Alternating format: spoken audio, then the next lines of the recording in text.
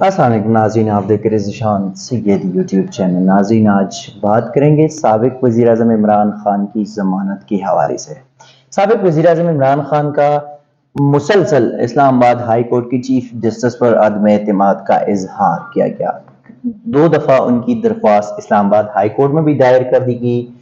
اور آج ان کی جانب سے ان کے وکیل لطیف کھوسہ نے بھی اسلام آباد سپریم کورٹ آف پاکستان میں درخواست دائر کر دی، لیکن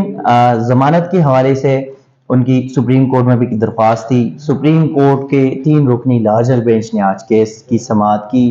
کیا دلائل تھے، کیا احوال کمرے عدالت کا، جو بھی انفارمیشن ہے وہ سارے ہمارے ساتھ موجود ہیں ہمارے دوست سعید بلوچ صاحب۔ ویلکم سعید بھائی، بتائیے گا کہ آج عمران خان کے کیس میں سپریم کورٹ میں کیا ہوا، سپریم کورٹ کے کیا آبزرویشن تھی؟ بہت شکریہ ذیشان سید صاحب۔ بنیادی طور پر یہ تیسری بار چیئرمین پی ٹی آئی کی جانب سے درخواستیں سپریم کورٹ آف پاکستان میں دائر کی گئیں۔ اس سے قبل گزشتہ ماہ 2 درخواستیں دائر کی گئی تھیں، اور گزشتہ ماہ جو درخواستیں دائر کی گئیں اس میں پی ٹی آئی کا موقف یہ تھا کہ اسلام آباد high court, supreme court of Pakistan نے اسلام آباد ہائی کورٹ کو یہ حکم دے کہ جو پی ٹی آئی کی اس وقت درخواستیں زیر سماعت ہیں، زیر التوا ہیں، جن میں ایک اس وقت ٹرانسفر اپلیکیشن تھی، اور پی ٹی آئی کا یہ اعتراض تھا کہ جو ٹرائل کورٹ کے جج ہیں ہمایوں دلاور، یہ پی ٹی آئی کے اور چیئرمین پی ٹی آئی کے خلاف ایک متعصب رویہ رکھتے ہیں، اور آپ کو یاد ہے کہ گزشتہ ماہ ہی ان کی فیس بک پوسٹوں کا معاملہ اچانک منظر عام پہ آیا تھا، اور اس کی وجہ سے ایک جو ہے وہ مشکل کھڑی ہو گئی، اور پی ٹی آئی کے جو سپورٹر تھے، جو ان کے عہدیدار تھے، ان کی جانب سے اس کے اوپر بہت زیادہ اعتراض بھی کیا گیا اور تحفظات کا اظہار بھی کیا گیا۔ پھر یہ معاملہ ہائی کورٹ میں آیا، اس کے اوپر ایف آئی اے کی انکوائری ابھی جاری ہے۔ تو پی ٹی آئی کا یہ موقف تھا کہ ایک تو جو ہماری ٹرانسفر اپلیکیشنز ہیں وہ سنی جائیں، اس کے علاوہ جو اختیار سماعت کی درخواستیں ہماری اسلام آباد ہائی کورٹ میں زیر سماعت ہیں ان کا فیصلہ بھی ساتھ کیا جائے۔ تو 3 رکنی بینچ تھا جسٹس یحییٰ افریدی کی سربراہی میں، انہوں نے یہ فیصلہ کر دیا کہ ہائی کورٹ ان کی جو درخواستیں زیر التوا ہیں وہ تمام درخواستیں ایک ساتھ سن کے تو اس کے اوپر فیصلہ کرے۔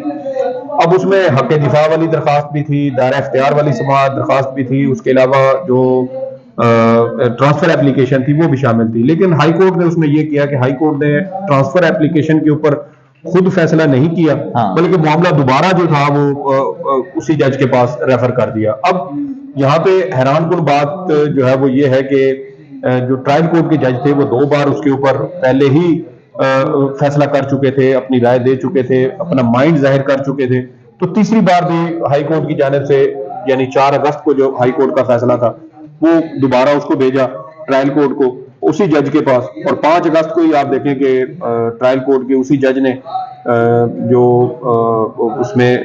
قابل سماعت ہونے والی درخواست تھی اس کے اوپر بھی دوبارہ سے کہا جی کہ یہ قابل سماعت ہے، پی ٹی آئی کے اعتراضات اس نے مسترد کر دی، اور اس کے بعد جو وکیل تھے ان کو نہیں سنا گیا، گواہان کی جو فہرست دی گئی وہ اس کو نظر انداز کیا گیا۔ تو ایسی چیزیں ہوئی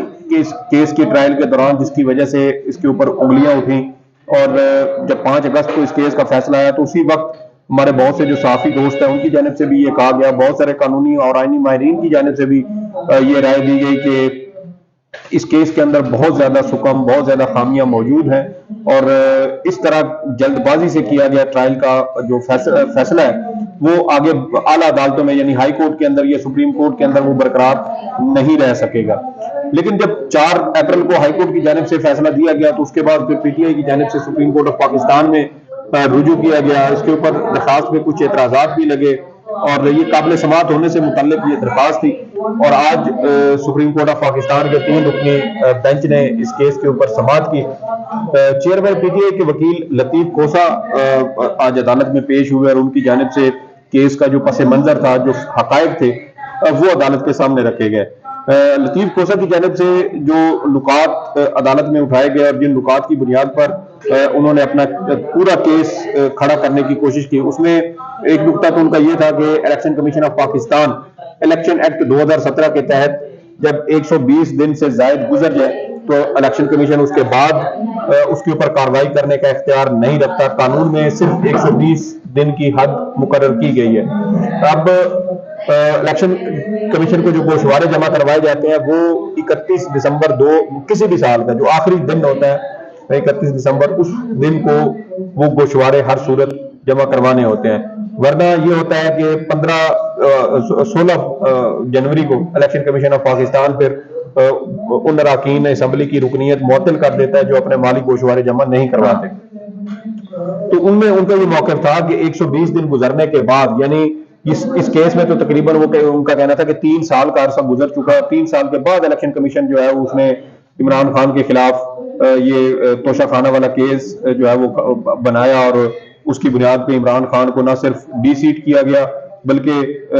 جو ٹرائل کورٹ تھی اس کو بھی یہ کہا گیا کہ حکومت اس کے اوپر ٹرائل کورٹ کے اندر بھی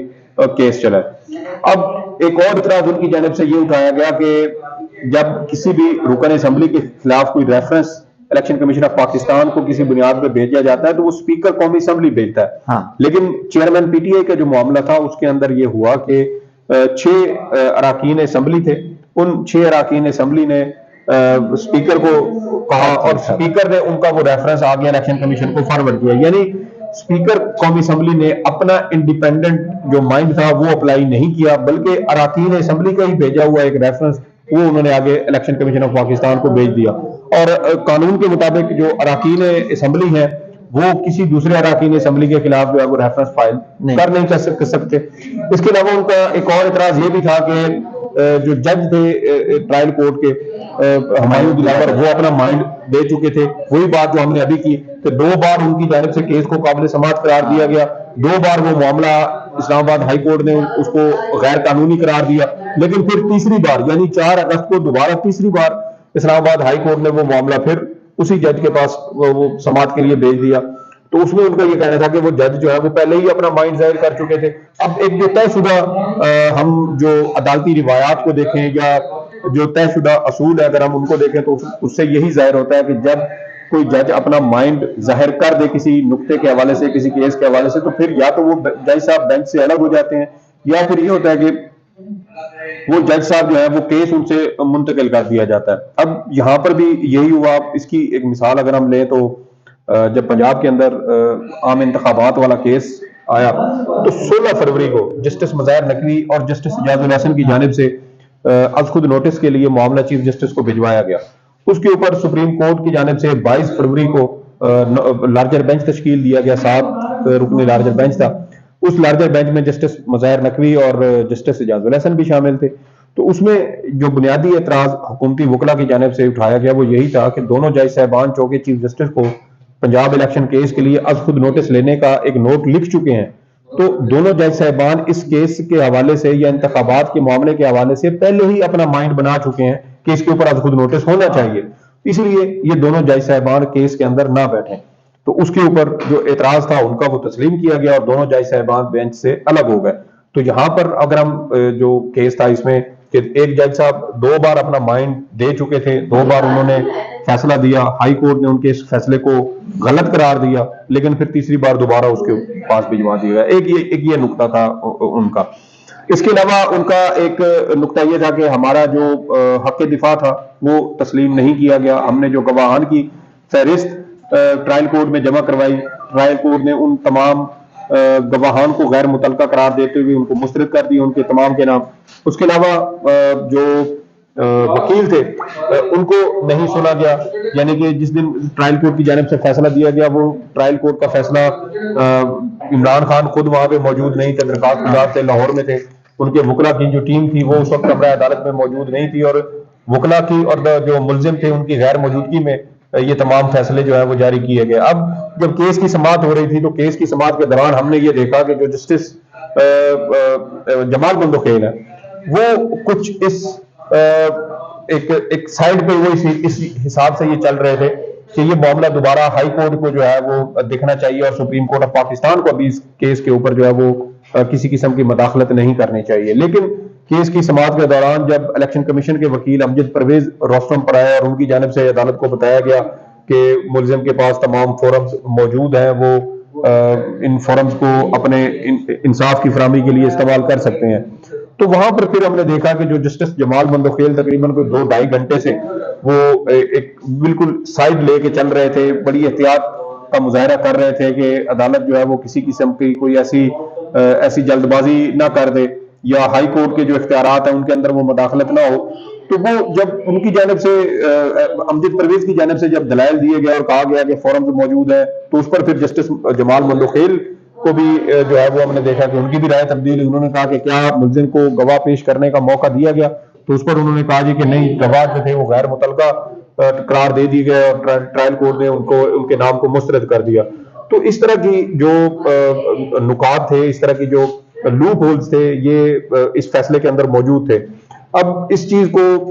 ہائی لائٹ بہت زیادہ اس وجہ سے بھی کیا جاتا ہے کیونکہ چیف جسٹس عمر عطا بندیال یا جسٹس مظاہر نقوی کے حوالے سے، چونکہ آپ دیکھیں کہ چیف جسٹس کی ساز کی ایک آڈیو کچھ عرصہ پہلے لیک ہوئی تھی، جسٹس مظاہر نقوی کے حوالے سے بھی آڈیوز جاری ہوئی، پھر سابق وزیر اعلیٰ پنجاب چودھری پرویز الہی کے ساتھ ان کی ایک آڈیو لیک ہوئی. تو اس کی وجہ سے یہ چیزیں جو ہیں یہ بہت زیادہ ایک سمجھے کہ ہاٹ ٹاپک کی صورت اختیار کر لیتی ہیں اور بہت زیادہ ان کو ہائپ جو ملتی ہے. لیکن یہاں پر جو بنیادی چیز ہے وہ جو ہمیں دیکھنے کی ضرورت ہے، ہم کیونکہ آپ خود بھی اس ساری کیس کو، جب یہ ٹرائل کورٹ میں چل رہا تھا، اس کو آپ نے خود بھی اس کو کور کیا، تو یہ جو بلنڈر کیے گئے تھے، جو پروسیجرل اس میں مسٹیکس ہیں، جو آج سپریم کورٹ نے بھی ایڈمٹ کی، ہمارے اس وقت جب صحافی دوست تھے، سینئر قانون دان، آئینی ماہرین، انہوں نے بھی اسی وقت ان چیزوں کی نشاندہی کی تھی کہ یہ سکم اتنے بڑے ہیں. پنجابی میں کہتے ہیں نا کہ ایک تو ہوتا ہے نا کہ آپ کسی چیز کا وہ تروپے لگاتے ہیں، کوئی چیز پھٹ جاتی ہے تو آپ اس کی سلائی کر لیتے ہیں، تو کچھ چیزیں ایسی ہوتی ہیں کہ جن کو آپ پھر وہ سلائی بھی نہیں کر سکتے. تو یہ کچھ ایسی طرح کی چیزیں تھیں کہ جج صاحب نے جلد بازی میں وہ اس طرح کے فیصلے دیے. اب ہائی کورٹ نے 4 اگست کو فیصلہ دیا تھا کہ ٹرائل کورٹ اس کے اوپر 1 ہفتے میں فیصلہ کرے. جج صاحب نے اگلے ہی دن اس کیس کی سماعت کی اور اگلے دن ایک ہی دن کے اندر 3 بار کیس کال کیا اور 3 بار کیس کال کرنے کے بعد اس کا فیصلہ جاری کر دیا. اب 1 ہفتے کا ٹائم تو موجود تھا نا ٹرائل کورٹ کے پاس، تو اس کو یوٹیلائز کیا جاتا، جو پروسیجر فالو ہونا چاہیے تھا وہ کیا جاتا تو زیادہ بہتر تھا. اب عمران خان کا حق دفاع کا معاملہ ابھی تک ہائی کورٹ میں پینڈنگ ہے، اختیار سماعت کا معاملہ ابھی تک پینڈنگ ہے ہائی کورٹ کے اندر، ٹھیک ہے. ٹرانسفر کی درخواست تھی وہ ہائی کورٹ میں انہوں نے کی، لیکن ہائی کورٹ نے ان کی وہ پلی مسترد کر دی. تو وہ جو اعتراضات ہیں پی ٹی آئی کی، وہ یہاں پہ جو ہمیں نا وہ چیزیں درست ثابت ہوتی نظر آتی ہیں. اور یہ میں سمجھتا ہوں کہ شاید یہ مسٹیکس جان بوجھ کے کی گئی ہیں یا ان کو کروایا گیا ہے، اور اسی مسٹیک کو آپ بنیاد بنا کے دیکھیں کہ اب ہائی کورٹ کے اندر اگر اس کا کیس کا فیصلہ ہو تو تب بھی یہ چیزیں برقرار نہیں رہ سکیں گی. سپریم کورٹ کے اندر تو اب ہم نے دیکھ لیا کہ وہ کیس کا تقریباً فیصلہ آج ہی آ جاتا، جیسے کہ چیف جسٹس صاحب نے آج کیس کی سماعت کے دوران الیکشن کمیشن کے وکیل کو مخاطب کر کے کہا بھی صحیح کہ کیا آپ چاہتے ہیں کہ آج ہی ملزم کو بری کر دیں. تو وہ چیزیں تقریباً سمجھے کہ وہ ساری اس کے اوپر جو ہے وہ ڈسکلوز ہو چکی ہیں، ان کے جو فیکٹس ہیں وہ عدالت کے سامنے آ چکے ہیں. الیکشن کمیشن کے خلاف پی ٹی آئی کی ایک درخواست پچھلے سال سے اسلام آباد ہائی کورٹ میں پینڈنگ پڑی ہے کہ الیکشن کمیشن 120 روز سے زیادہ 120 روز گزرنے کے بعد تو کوئی درخواست اس طرح کی دائر کر ہی نہیں سکتا. یہاں پر 2 سے 3 سال کا عرصہ گزر گیا، الیکشن کمیشن خاموش رہا، اور پھر 2 سے 3 سال کے بعد جو پروسیجر تھا اس کو بھی فالو نہیں کیا. یا تو یہ ہوتا نا کہ غلطی ہو گئی چلے جی کہ الیکشن کمیشن کہتا ہے کہ نہیں ہم 120 دن کے بعد بھی اس کے اوپر کر سکتے ہیں، لیکن اب اس 120 دن گزرنے کے بعد جو پروسیجر کی غلطیاں وہ بھی بہت زیادہ ہیں. اب الیکشن کمیشن کو کیا یہ اختیار تھا سیکٹری الیکشن کمیشن کو کہ وہ ڈسٹرکٹ الیکشن کمیشن کو یہ کہتے کہ وہ چیئرمین پی ٹی آئی کے خلاف ٹرائل کورٹ کے اندر کوئی مقدمہ دائر کریں؟ اب قانون کے اندر ذکر ہے الیکشن کمیشن کا. الیکشن کمیشن مشتمل ہوتا ہے چیئرمین الیکشن کمیشن اور 4 صوبائی ممبران جو ہر صوبے سے ایک ممبر لیا جاتا ہے، اور اس میں ریفرنس سیکٹری نے وہ درخواست فوجداری کا مقدمہ درج کیا. اب یہاں پر آن دا ریکارڈ ایسی کوئی بات نہیں ہے کہ الیکشن کمیشن نے، یعنی کہ chairman election commission, chief election commissioner اور جو 4 صوبائی ممبران ہیں الیکشن کمیشن کے، انہوں نے سیکٹری الیکشن کمیشن کو یہ کہا ہو کہ آپ الیکشن ٹرائل کورٹ کے اندر چیئرمین پی ٹی آئی کے خلاف کوئی درخواست دائر کریں. تو الیکشن کمیشن کے سیکٹری نے اپنے طور پر اس پہ عمل کیا اور انہوں نے آگے ڈسٹرکٹ الیکشن کمشنر کو کہا، اور ڈسٹرکٹ الیکشن کمشنر نے ٹرائل کورٹ کے اندر براہ راست ایک وہ درخواست دائر کر دی. اب جو پروسیجر ہے، جو نقطہ آج بھی عمران خان کے وکیل نے اٹھایا، انہوں نے کہا کہ یہ تو درخواست پہلے مجسٹریٹ کے پاس جانی چاہیے تھی، مجسٹریٹ اس کے اوپر ابتدائی اس کی سماعت کرتا اور پھر وہ مجسٹریٹ ان چیزوں کا، ان فیکٹس کا، ان تمام جو شواہد تھے ان کا جائزہ لیتا اور پھر اس کے بنیاد پہ فیصلہ کیا جاتا کہ کیا یہ کیس آگے ٹرائل کورٹ میں چلنا چاہیے یا مجسٹریٹ وہیں اپنی طرف سے ہی اس کیس کو خارج کر دیتا. لیکن اب یہ جو بیسک فیکٹ تھا، یہ بیسک جو اس میں ایک طے شدہ اصول ہے، اس کو بھی نظر انداز کیا گیا. پاکستان جو کرمنل پروسیجر کوڈ ہے اس کا سیکشن 193 ہے جس کے تحت یہ چیزیں فالو ہونی چاہیے تھی. تو یہ بہت زیادہ ہم نے، اگر ہم اس کے اوپر غور کریں تو یہ پروسیجرل مسٹیکس اس کے اندر اتنی زیادہ ہے کہ اگر سپریم کورٹ یا ہائی کورٹ ان کو نظر انداز کرنے کی بھی کوشش کرے تو شاید وہ مشکل ہو جائے گا. اور الٹیمیٹ اس کا جو ریلیف ہے وہ اب ہمیں یہی نظر آ رہا ہے کہ کل چیئرمین پی ٹی آئی کو ریلیف مل جائے گا اور ممکنہ طور پہ وہ بری ہو سکتے ہیں اس کیس پہ. جی سعید بلوچ صاحب بہت شکریہ. جی ناظرین، بالکل چیئرمین پی ٹی آئی کو کل اسلام آباد ہائی کورٹ سے اگر ریلیف نہیں مل سکا تو سپریم کورٹ سے ضرور ریلیف ملے گا، کیونکہ جس کیس کو روز اول سے جو کورٹ رپورٹرز تھے، جو قانون دان تھے، سینئر صحافی تھی، ہم یہی بات کہتے رہے ہیں کہ یہ جو فیصلہ ہے یہ میرٹ کے اوپر نہیں ہے، نہ انصاف کے اوپر، اور بہت جلد بازی میں یہ چیزیں جا رہی تھی. تو اب کل تک انتظار کیجیے گا، اور کل ممکن ہے کہ سابق وزیر اعظم کی جیل سے رہائی جو ہے وہ اس کیس میں ضمانت ممکن ہے. لیکن ایک چیز کا بھی خیال رکھنا ضروری ہے کہ عمران خان کی توشخانہ کیس میں ضمانت تو ہوگی، لیکن 780 نیب اور اسی توشخانہ تحائف کے نیب کے کیسز میں ان کی ضمانتیں خارج ہو گئی ہے. تو امکان یہ ہے کہ اٹک جیل میں فی الحال وہ رہیں گے. شکریہ ناظرین.